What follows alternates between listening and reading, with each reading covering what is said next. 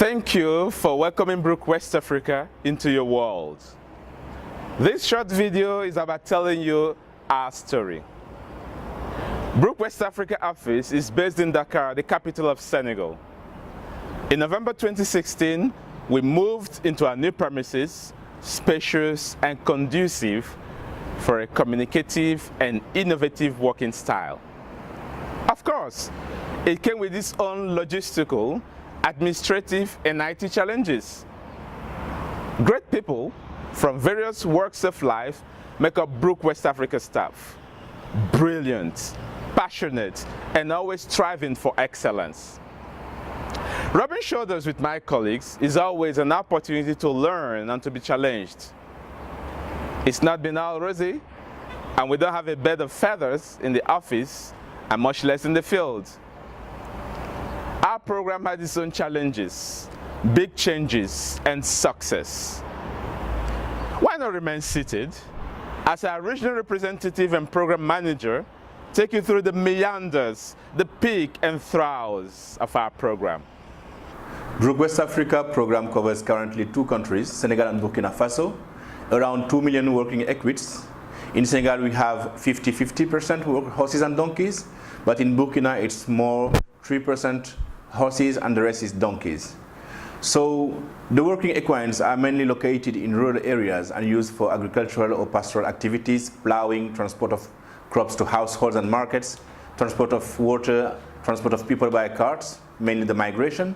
And in the cities, they transport people by carriage, but they are also used for the construction materials and general merchandise. Brook West Africa area is Sahelian part of the West African region, which is a semi-arid land characterized by scarcity of water and plant resources. Thus, poor body condition is a major problem. But we also have other problems like abnormal behavior, fear aggression, feet-related problems, lameness and hoofs, body lesions related to inadequate harness and beating, but also some problems linked to ectoparasites. We are targeting 150,000 working equids, and the people that are benefiting from our work will be the communities, mainly the farmers in the rural areas, and the cart and carriage drivers in the cities. We also target the vets, paravets, and the community-based animal health workers. We are also targeting artisans, farriers, and harness makers, and we are collaborating with national and local decision makers and authorities. In our multi-year plan, we have 4 outcomes. The first one is targeting the cart and carriage users in rural and urban municipalities. To reach this outcome, we want to raise awareness and train them, but also train service providers and work on compliance with provisions in the bylaw on equine-drawn vehicles.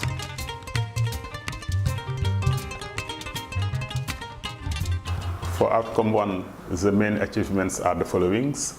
Brook staffs and partners have increased their handling skills, and we've also developed new training material to support our community engagement activities. All partners in Senegal have now advocacy action plans, mainly based on the bylaw on equine-drawn vehicles. And in Burkina Faso, the Direction of Veterinary Service is also engaged in starting a legal process based on the Senegal example. We have also started a process of developing a joint training on farriery with World Horse Welfare and the Ministry of Livestock. The process will continue with the Ministry of Vocational Training. The second outcome is more related to the farmers' communities in semi-arid and arid areas. And to reach this outcome, we plan to train partner staff in animal and welfare and husbandry, disaster mitigation. We aim to promote forage production and set up an euthanasia system for equines in difficulty. Regarding outcome 2, the main achievements are the following. The setting up of activities to improve the resilience of farmers' communities. For instance, forage crop production with 2 partner organizations in Senegal, UGPM and UGAN, and 2 partner organizations in Burkina Faso, EPIL and INADES. We have also built the capacity of partner staff in animal welfare and husbandry, both in Senegal and Burkina Faso, and have also started building a training program in Burkina Faso for livestock service providers. The third outcome is more related to the institutional environment, so better positioning of equine welfare locally and internationally through the promotion of OIE standards, participate to African networks, and implement bylaws. We are also planning to develop some evidence through research and collaborate with other organizations and partners to develop strong programs.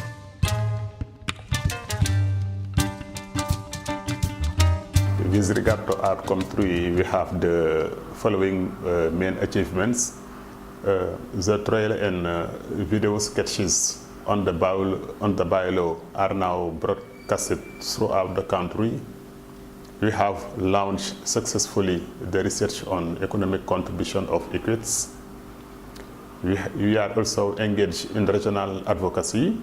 The regional representative has participated to the development of the continental strategy on animal welfare. And we have also started a training with the CVOs in Burkina Faso in the OIE standards. And the last outcome is more related to us internally, an efficient organization which support innovation and strong program management. So in line with the new global strategy, we will ensure the development of a well-managed and cost-effective program, develop our IT, be innovative, and work on the performance of staff. Regarding achievements for outcome 4, currently we've already starting improving our IT access with the support of the UK. We revised and reworked all the job description of the staff to match the priorities of the multi-year plan. We now have a meal manager in place who is working on our M&E system, and we've worked a lot with partners to develop some procedures so that they can work in transparency in their financial operations. We made some great achievements, but we still have some challenges, and one of the bigger challenges is the collaboration with other parties. We have some MOUs with the vet school, with the veterinary college, and other partners like HIFER, who have different interests or expectations. So bringing all the people on board is not very easy, but we are still working on it. Developing a curriculum on animal welfare with the vet school is also a big challenge currently because of the opportunities and the habits that already exist there. We have some small challenges with the partners because we have different sets of partners. The projects are not starting at the same period, so we have a lot of baselines, audits to do, and it's not really easy. We are working in Burkina Faso whereas the team is currently based in Senegal. For example, for the vets, we have a vet resource network in Senegal, but this does not exist in Burkina. So the remoteness is one of the issues we are facing too. One of the challenges also we have with the communities is linked to euthanasia, because the understanding of compassion can be really different. For us, ending the life of an animal is something that is positive, whereas for some communities, ending a life of the animal it can be understood as cruelty.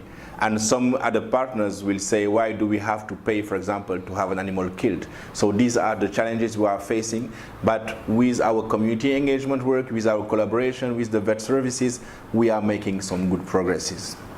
In line with the multi-year plan and the Grant Ready initiative in which we are currently working in, we have started developing some collaborations. We've scoped different partners like Counterpart International, HAFA International, Oxfam, and currently we have a big interest with Oxfam in developing a project around good harnessing and fostering traction conditions.